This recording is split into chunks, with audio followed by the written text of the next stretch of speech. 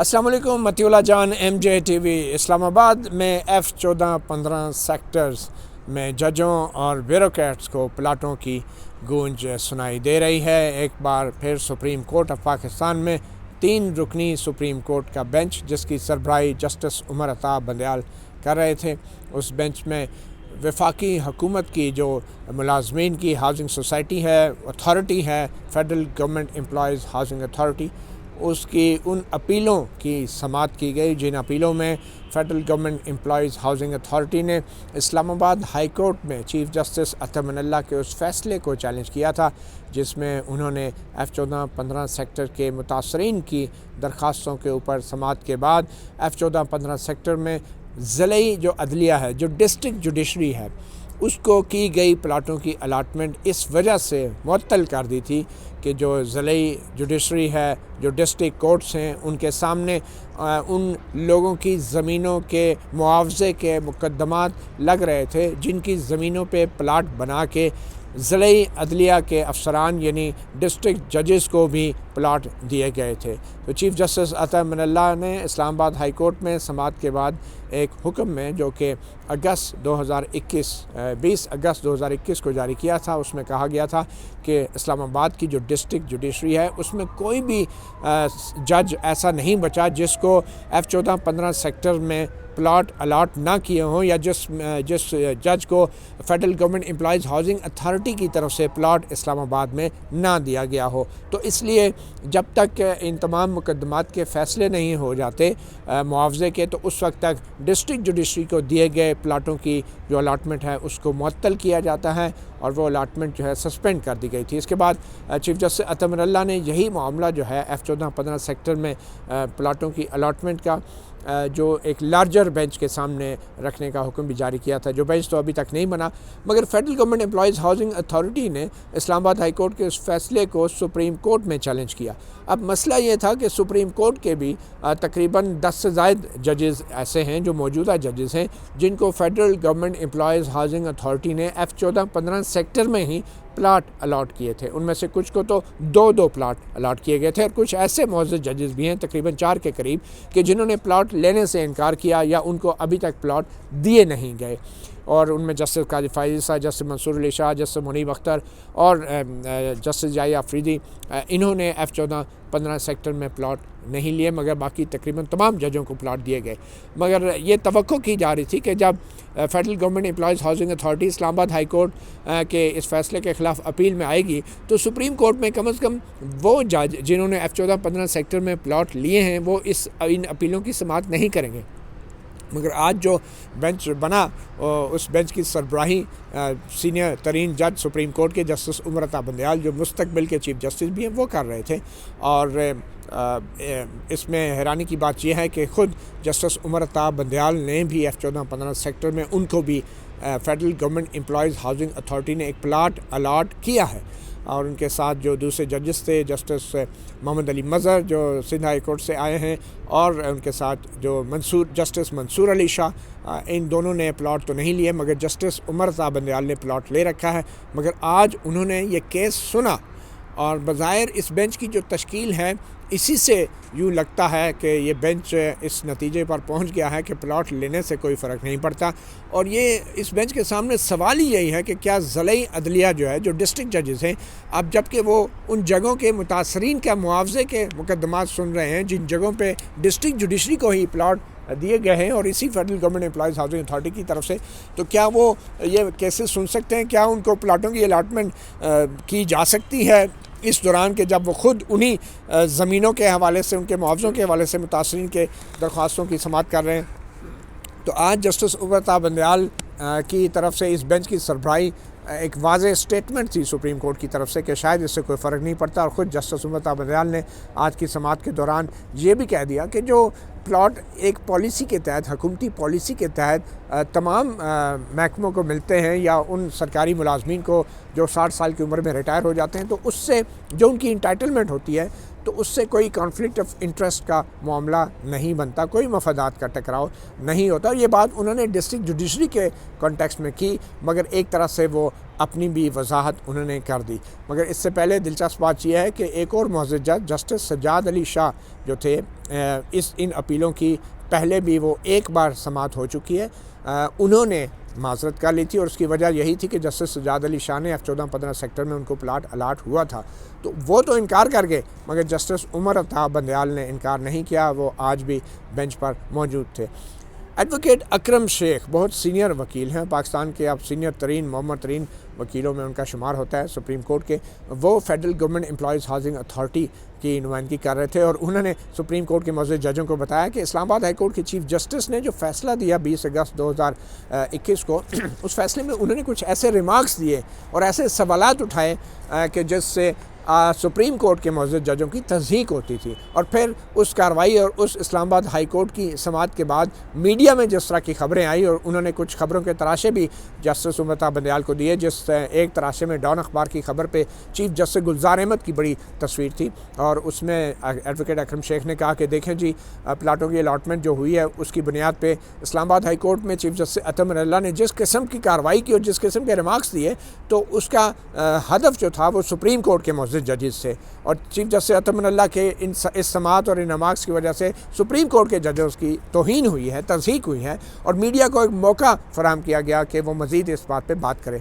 आपको बताते चले कि सुप्रीम कोर्ट के जजेस को भी, जैसे मैंने पहले कहा, 10 से ज़्यादा जजेस को 19 सेक्टर में प्लाट अलाट हुए हैं। इस्लामाबाद हाई कोर्ट ने तो महज डिस्ट्रिक्ट जुडिशरी के जजों को प्लाट की अलाटमेंट मंसूख की थी और सुप्रीम कोर्ट के जजों के हवाले से ऐसा कोई फैसला नहीं था, मगर कानूनी तौर पर उसका बराह रास्त असर सुप्रीम कोर्ट के जजों की अलाटमेंट पर भी हुआ था। तो ये सवाल उठ रहा था जिसका जवाब आज जस्टिस उमर अफ्ताब बंदयाल ने डिस्ट्रिक्ट जुडिशरी का हवाला देकर किया कि इंटाइटलमेंट जो होती है, जो हुकूमत की पॉलिसी होती है, उससे कोई कॉन्फ्लिक्ट ऑफ इंटरेस्ट नहीं होता। और आज जस्टिस उमर अफ्ताब बंदयाल ने तो एडवोकेट अकरम शेख से कहा कि आपको हुकूमत जो है नई पॉलिसी भी बना रही थी, ये वही पॉलिसी थी जो दो प्लाटों के हवाले से थी और वफाकी काबीना ने कोई महीना पहले ये ऐलान किया था उनकी तरफ से कि अब किसी को भी 2 प्लाट नहीं मिलेंगे, 1 प्लाट मिलेगा, मगर वो पॉलिसी अभी तक federal government employees housing authority के पास नहीं आई और एडवोकेट अकरम शेख ने कहा कि अभी तक उनको दस्तावेज़ नहीं मिली। तो जस्टिस उमर अफ्ताब बंदयाल ने कहा और जस्टिस मंसूर अली शाह ने भी कहा कि आप पहले वो पॉलिसी तो पेश कर दें ताकि ये तो पता चले प्लाट मिलेंगे कितने। तो जस्टिस उमर अफ्ताब बंदयाल ने भी कहा कि बिल्कुल जी, पहले ये पॉलिसी पेश करें, उसके बाद हम देखते हैं कि क्या इस्लामाबाद हाई कोर्ट का जो हुक्म है डिस्ट्रिक्ट जुडिशरी के हवाले से, वो हुक्म जो है अब रेलिवेंट भी है कि नहीं, और वैसे भी ये मामला पेंडिंग है और डिस्ट्रिक्ट जुडिशरी के हवाले से जो हुक्म है वो अबूरी है। एक और आम सवाल जो एडवोकेट अकरम शेख की तरफ से ही उठाया गया था, उन्होंने कहा कि ये जो federal government employees housing authority है, इसमें जो जजेस हैं उनको भी फेडरल गवर्नमेंट के एम्प्लॉयज़ के अथॉरिटी ने ये प्लाट अलाट किए हैं, ये फेडरल गवर्नमेंट की पॉलिसी थी। तो जिस पे जस्टिस मंसूर अली शाह बोल पड़े, उन्होंने कहा कि अकरम शेख साहब, जो जजेस होते हैं सुप्रीम कोर्ट के, वो आइन के तहत तैनात होते हैं, वो कोई वफाकी हुकूमत के मुलाजम नहीं होते। आप इस मामले को आप रहने दें, इस इशू को आप ना छेड़ें, आप आगे चलें। जिस पे जस्टिस उमर अफ्ताब बंदयाल ने भी मुदाखलत की और उन्होंने कहा कि आप बहरहाल जो हुकूमत की नई पॉलिसी है 1-1 प्लाट वाली, उसको पेश करें तो फिर बात करेंगे। इसी हवाले से आज हम बात करेंगे। हमारे साथ मौजूद हैं सीनियर जर्नलिस्ट एक्सप्रेस ट्रिब्यून के हसनात मलिक साहब। हसनात मलिक साहब, बड़ी ही दिलचस्प बात है, हम तो ये तवक्को कर रहे थे कि F14-15 में जो प्लाट लेने वाले जजेस हैं, बल्कि मैं उनका एक दफ़ा फिर नाजरीन की याद दहानी के लिए, क्योंकि अब ये मामला दोबारा छिड़ गया है, बता दूँ कि कौन कौन से सुप्रीम कोर्ट के जजों ने F14-15 में प्लाट लिए हैं, उनके नाम बताता चलूँ। चीफ जस्टिस गुलजार अहमद को प्लाट मिला है और चीफ जस्टिस गुलजार अहमद को D12 में भी एक प्लाट मिला है, जिसको बज़ाहिर 15-16 लाख कीमत उनको देनी पड़ी है और 5-6 करोड़ रुपए का ये प्लाट है D12 में आजकल जो मार्केट रेट जा रहे हैं। तो 2 प्लाट चीफ जस्टिस गुलजार अहमद को, जस्टिस उमर अफ्ताब बंदयाल जो हैं उनको भी F14-15 सेक्टर में प्लाट मिला है, जस्टिस एजाजुल एहसन को भी मिला है, जस्टिस काजी अमीन को भी मिला है, जस्टिस मज़हर आलम मियाँ खेल को भी F14-15 सेक्टर में प्लाट मिला है, जस्टिस सरदार तारिक मसूद को भी मिला है और जस्टिस मकबूल बाखिर को भी मिला है, जस्टिस सजाद अली शाह को भी मिला है। और जिन जजेस ने प्लाट नहीं लिया उसमें जस्टिस मुज़ाहिर अली अकबर नकवी हैं, जस्टिस मुनीब अख्तर हैं, जस्टिस काजी फ़ायज़ ईसा हैं और जस्टिस याया अफरीदी, जस्टिस मंसूर अली शाह जो है और जस्टिस याया अफरीदी, इन्होंने प्लाट नहीं लिए। इसकी वजह शायद यह है कि इनमें से कुछ जजेस ने तो बाकायदा इनकार किया, जैसे जस्टिस काजी फ़ायज़ ईसा और जस्टिस मंसूर अली शाह, और कुछ अभी बहुत जूनियर हैं, इनकी अभी शायद बारी नहीं आई। मगर इससे पहले कि मैं हसनात मलिक आपके पास आऊँ, आपको मैं बताना चाहता हूँ कि एडवोकेट अकरम शेख जो हैं जब मुकदमे की समाअत से बाहर निकले तो MJ TV ने उनसे कुछ सवालात किए और पहला सवाल यही था कि क्या आप जस्टिस उमर ता बंदयाल की सरबराही में जो ये बेंच आपकी अपीलें सुन रहा है federal government employees housing authority की, तो क्या आपको कोई एतराज़ तो नहीं है? क्योंकि जस्टिस उमर ता बंदयाल ने तो आपके क्लाइंट से ही बाकी जजों के साथ प्लॉट लिया हुआ है। तो देखें एडवोकेट अकरम शेख ने क्या कहा। अकरम शेख साहब, जैसे बंदयाल साहब ने खुद F14-15 में प्लॉट लिए हैं, क्या उनको ये केस फेडरल गवर्नमेंट अथॉरिटी की अपील सुननी चाहिए? शेख साहब, आप फेडरल गवर्नमेंट हाउसिंग अथॉरिटी की तरफ से वकील पेश हो रहे हैं, तो जैसे बंदयाल समेत सुप्रीम कोर्ट के बहुत से जजों ने F14-15 सेक्टर में प्लॉट लिए हुए हैं, तो इस अपील पर आपको कोई एतराज़ नहीं है जैसे उमर ता बंदयाल पे?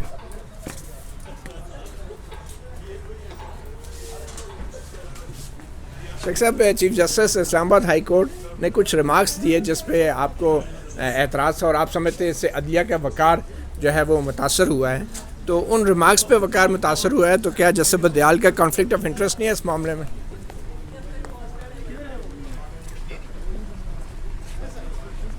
अकरम शेख साहब, आप कुछ बात नहीं करेंगे? आपने सुना एडवोकेट अकरम शेख साहब को, वो जो कहते हैं खामोशी की भी एक ज़ुबान होती है, तो वो ज़ुबान तो हम लोग काफ़ी हद तक समझते हैं। आपने सुना एडवोकेट अकरम शेख ने क्या कहा, और जैसे मैंने कहा खामोशी की भी एक ज़ुबान होती है, मगर हमने एक senior advocate supreme court senator Kamran Murtaza से भी यही सवाल किया, तो उनका क्या जवाब था, देखिए। जो F14-15 में सुप्रीम कोर्ट के जजेस को प्लाट अलाट हुए हैं, आज उसी हवाले से हाई कोर्ट के फैसले के ख़िलाफ़ अपील भी जस्टिस उमर ता बंदयाल ने उसकी समाअत की। क्या उनको ये मामला, इस केस को, इस अपील को सुनना चाहिए? मेरा ख्याल है अपने से हटा दें तो बेहतर है। अपने से हटा दें मुराद? ना सुने तो बेहतर है। ना सुने तो बेहतर है, और अगर सुने तो वो बुरा भी नहीं? नहीं, मैंने कहा ना बेहतर है तो बेहतर, हर काम जो है ना वो अगर बेहतर अंदाज में हो सकता है। तो ऐसा होता है कि बाज़ जगह पे हम चीज़ों को बाज़ को ना आइडियलाइज करते हैं। तो सुप्रीम कोर्ट को भी, जो सुप्रीम कोर्ट के फैसले होते हैं, एक ही सुप्रीम कोर्ट है मुल्क में, 17 जजेस हैं, 22 करोड़ लोगों को से निकल के ये क्रीम आई है, तो इनको जो है ना एक्स्ट्रा ऑर्डिनरी किरदार जो है ना अपना वो बताना होता है, तो ऐसी बात को ना सुनना चाहिए। जी, हसनात मलिक साहब, आपने देख लिया एडवोकेट अकरम शेख तो बिल्कुल एक लफ्ज़ भी नहीं बोले, और कामरान मुर्तज़ा साहब ने कहा कि अच्छा ये होता, हम आइडियलाइज़ करते हैं अदलिया को कि वो ये केस ना सुने जस्टिस उमर ता बंदयाल। तो आपके ख़्याल में ये जो कुछ आज हुआ है, क्या ये एक अच्छी मिसाल है या बुरी मिसाल है? और जो इंटाइटलमेंट और गवर्नमेंट पॉलिसी की जो वजाहत दी जस्टिस उमर ता बंदयाल ने देने की कोशिश की, वो किस हद तक आप उससे इत्तफाक करते हैं? मेरा ख्याल है आज की पूरी प्रोसीडिंग अगर देखें तो बहुत ही अफसोसनाक रही है। एक तो ये है कि इसमें 3 दरख्वास्तें फाउंडेशन की तरफ से दायर हुई थी, फाउसिंग फाउंडेशन की। एक में मुनीर पराचा वकील थे, एक में हाफिज़ ये हसन खोखर साहब थे, और तीसरे अकरम शेख साहब थे। 23 नवंबर को एक पिटीशन में फ़ैसला हो चुका है, और कहा गया है कि जी वहाँ इस्लामाबाद हाई कोर्ट में फ़ैसला रिज़र्व है, जो इस्लामाबाद हाई कोर्ट का तो हम नहीं छेड़ते, अब वहाँ जाएँ। लेकिन वो फैसला क्योंकि रिजर्व है तो परेशानी बहुत है। गुलजार, उसमें लॉ पॉइंट क्या है जो महफूज है फैसला? वो कोई जो थे ओनर थे उनकी तरफ से, मुतासरीन थे जो उनकी तरफ से। और इसमें जो सबसे आप कह रहे हैं वो ये है कि जो बैलेटिंग है वो सस्पेंड हो चुकी है। परेशानी ये है कि बैलेटिंग सस्पेंड है, जजेस के प्लाट भी सस्पेंड हो चुके हैं। मतलब आप जजेस प्लाट बेच भी नहीं सकते और पैसे भी नहीं अभी मिले भी नहीं ना, सब कुछ सस्पेंड हो, यही तो परेशानी है। अब देखें कि इन्होंने खुद फैसला दिया, 23 नवंबर को फैसला खुद किया कि जी एक में अकरम शेख साहब बैरून मुल्क थे, उनका कोई काम था, वो नहीं थे।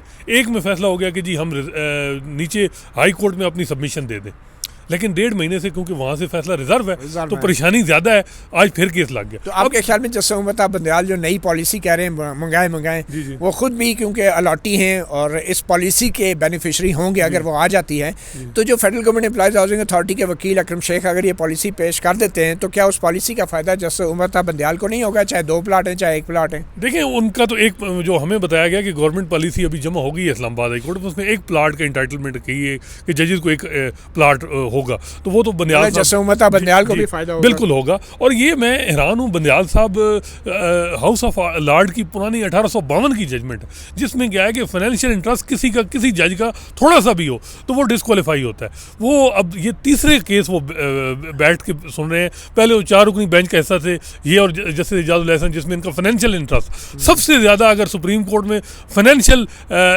की बात की, इंटरेस्ट की और फाइनेंशियल इंटीग्रिटी की बात की, बंदयाल साहब ने अपनी जजमेंट में की, चाहे वो जस्टिस काजी फाइसा के केस है, चाहे राय हसन नवाज का है, लेकिन वो खुद क्यों इस बेंच में बैठे हैं और ये क्या वो मिसाल क्या कायम कर रहे हैं, असल में ये बात है। तो ये केस जो है क्या जस्टिस फाइसा को नहीं दिया जा सकता था?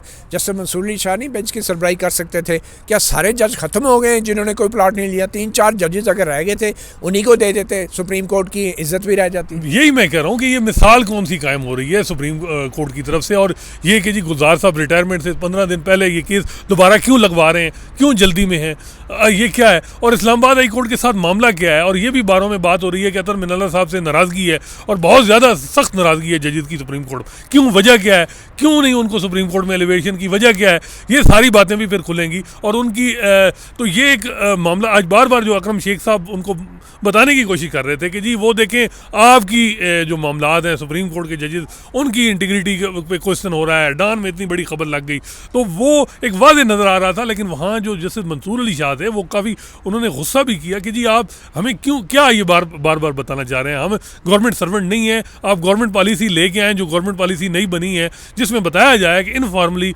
जजेस ने कहा कि ठीक है जी एक प्लाट तो रहने दो ना सेक्रेटरी, क्योंकि ये भी उन्होंने कहा कि अकरम शेख साहब अगर आपको federal government employees housing authority के वकील के तौर पे आप समझते हैं कि चीफ जस्टिस अतर मिनल्ला के रिमार्क्स ने सुप्रीम कोर्ट के जजों की तौहीन की है, तो आप तौहीन अदालत की दरख्वास्त दायर करें। बिल्कुल यही था, लेकिन मसला ये है कि आपने एक पिटीशन में डिस्पोज ऑफ करके कहा कि जी इस्लामाबाद हाई कोर्ट को फैसला कर दे।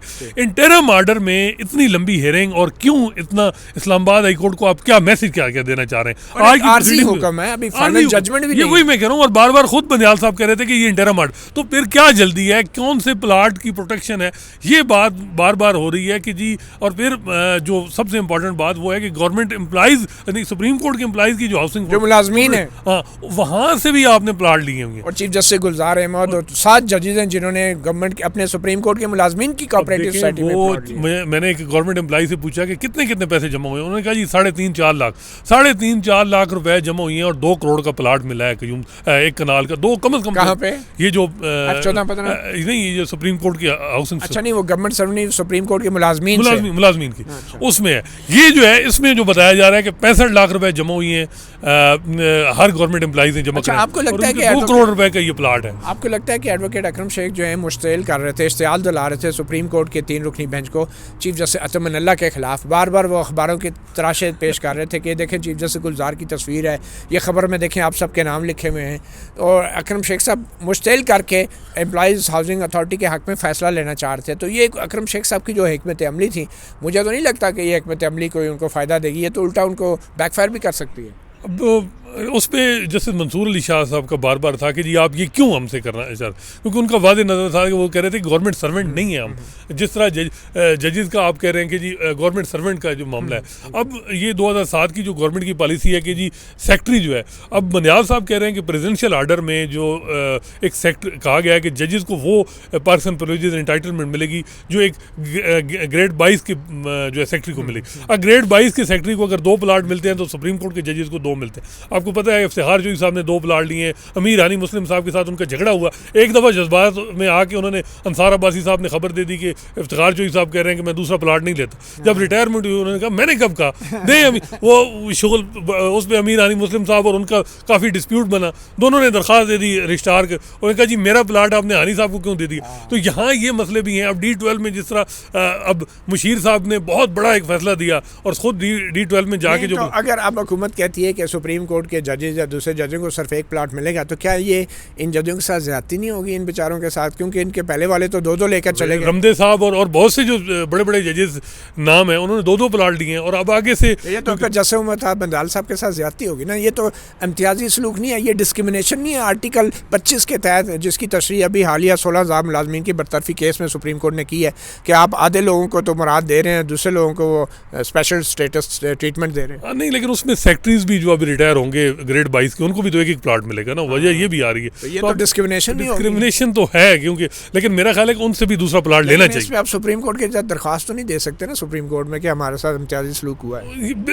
ये बात है, लेकिन अब इसमें जो प्रेसिडेंशियल आर्डर की बात कर रहे हैं कि प्रेसिडेंशियल आर्डर में हमारी एंटाइटलमेंट है सब कुछ। अब काजी फाइसा साहब का ये कहना है कि उन्होंने कहा कि जी जजेस एंटाइटल नहीं है प्लाटों, सरकारी मुलाजिम नहीं होते, लेकिन ये पाकिस्तान जो है उनकी मालूमेंट्स तय करता है। ये शुरुआत जो हुई थी वो कौन से अब्बासी साहब जो थे उनकी जजमेंट थी, नवाज अब्बासी साहब, उन्होंने कहा था कि जी जजेस को भी प्लाट दें, वकीलों को भी दें, सहाफ़ियों को भी दें। उन्होंने कहा था कि सरकारी मुलाजम, जज भी जो है वो सरकारी मुलाजम होता है। हाँ अब गवर्नमेंट सर्वेंट की बात आ रही है कि आज मंसूर अली शाह साहब ने यही कहा कि गवर्नमेंट सर्वेंट की डेफिनेशन में हम नहीं आते, लेकिन बंदयाल साहब ने जो जजमेंट दी थी काजी फाइसा साहब की जो ओवरटर्न होगी, उसमें गवर्नमेंट सर्वेंट की बात हुई थी कि हम आते हैं। लेकिन जो भी हो, लेकिन जो फाइनेंशियल इंटीग्रिटी का मामला आया, आपका इंटरेस्ट है, आप ये केस लेकिन ये मानना पड़ेगा जैसे काजी फाइसा ने खुद तो प्लाट नहीं लिया, मगर वो जो जजमेंट दी थी पहले जो वकला की सोसाइटी और एम्प्लॉयज़ हाउसिंग अथॉरिटी के हवाले से, तो काजी फाइसा साहब ने जैसे उमता बंदयाल और जैसे एजाजुल एहसन से इत्तफाक किया था और सब ने मिल के कहा था कि वकीलों को भी प्लाट दें, जजों को भी प्लाट दें। वहाँ पे काजी फाइसा ने बड़े बड़े सख्त रिमार्क्स तो लिखे थे, लेकिन जजमेंट में इत्तफाक कर नहीं, लेकिन वो अगर डिसेंट करना चाहिए था काजी फाइसा साहब को असूली तौर पे उनके साथ। बिल्कुल ये जो है आपकी बात में इत्तफाक करता हूँ, उन्होंने कहा जी फौज को और ये जिस तरह का आर्मी ऑफिसर को मिलते हैं और जजेस को प्लाट मिलते हैं, ये नहीं है। लेकिन साथ ही अगर वो डिसेंट करते और ये ओपिनियन होती तो फिर बात होती। जैसे फाइसा ने डिसेंट नहीं किया, मतलब रिमार्क्स और डायलॉग बड़े तगड़े दिए, लेकिन वो उनका ये हुआ। लेकिन अब जो बात है कि आपने 23 नवंबर को एक मामला डिस्पोज ऑफ कर दिया, ये दूसरी पिटीशन भी उसी तरह आप डिस्पोज ऑफ कर देते। वजह क्या है कि इसको क्यों लेंथ में किया जा रहा है और अतर मिनल्ला साहब क्यों नहीं मान रहे, वजह क्या है? और कुछ बातें बारे में हो रही हैं कि लड़ाई आपस में, नाराजगी है अतर साहब से। लेकिन ये भी तो एक सवाल है ना, चीफ जस्टिस अतर मिनल्ला जो है वो केस का फैसला क्यों नहीं करते? वो क्यों केस को इतना तूल दे रहे हैं और इंटरिम ऑर्डर्स के जरिए जो है सुप्रीम कोर्ट के जजों का प्लाट उन्होंने रोक दिया, ये भी तो ज्यादती है ना। ये वैसे उनका है कि क्योंकि इसी वजह से तो प्रॉब्लम आ रही है और मेरा ख्याल है कि वो दे दें जल्दी। अब वो क्यों इस वजह से रोक के बैठे हैं? और गुलजार साहब का तकरीबन 15 दिन रह गए। अब देखिए ना, चीफ जस्टिस गुलजार रिटायर हो रहे हैं और उन बेचारों का प्लाट जो है वो मुअत्तल हुआ है, तो अब चीफ जस्टिस अतर मिनल्ला को चाहिए ना कि इधर फैसला करें या उधर, लेकिन वो फाइल दबा के बैठे में फैसला भी नहीं कर रहे। और वो फिर बिल्कुल फैसला करना चाहिए और फैसला देना चाहिए। ये नहीं है कि तरीका कि इसको अब रोक के रखें। और बैलेटिंग रुकी हुई है, लोगों के जजेस को ज़ाहिर बात है, पर अब ये मामला इतनी जल्दी, केस 3-3 साल नहीं लगते मतीउल्लाह जान साहब, ये केस जो है चौथी दफा लग रहा है, हर हफ्ते लगता है ये केस। क्यों लगता है ये? बहुत शुक्रिया, परेशानियां हैं तो तब लगती हैं। अस्सलाम वालेकुम साहब, बहुत शुक्रिया। परेशानियां बिल्कुल नहीं, जजेस को और इन परेशानियों के जिम्मेदार जो हैं chief justice Islamabad high court है, चाहे एक आम शहरी है, चाहे सुप्रीम कोर्ट का जज है। अगर उनको प्लाट जो है किसी अदालती कार्रवाई की वजह से नहीं मिल रहा तो ये बड़ी ज़्यादती है। सुप्रीम कोर्ट के जज के साथ भी ज़्यादती है, उनके भी बच्चे हैं, बीवी वाले होते हैं और फैसला करना चाहिए हाई कोर्ट को। अब ये तो कोई तरीका नहीं है कि आप इंटरिम ऑर्डर के ज़रिए सब कुछ रुकवा दें। और हमारे चीफ जस्टिस रिटायर हो रहे हैं और रिटायरमेंट से पहले अगर उन्हें प्लॉट नहीं मिलेगा तो रिटायरमेंट के बाद उन्हें कौन देगा? फिर हमें तो अपने मुल्क की अदलिया का और फैसलों का पता ही है कि इन सर्विस जो मामलात होते हैं, जो एंटाइटलमेंट्स होती हैं, वो तो कुछ और होती हैं। और एक दफ़ा आप फारग हो गए, रिटायर हो जाए, फिर आपकी इंटाइटलमेंट भी जो है ना वो आपके टाइटल्स को मुतासर कर देती है। मतीउल्लाह जान, MJ TV से इतने इजाज़त दीजिए। अल्लाह हाफिज़।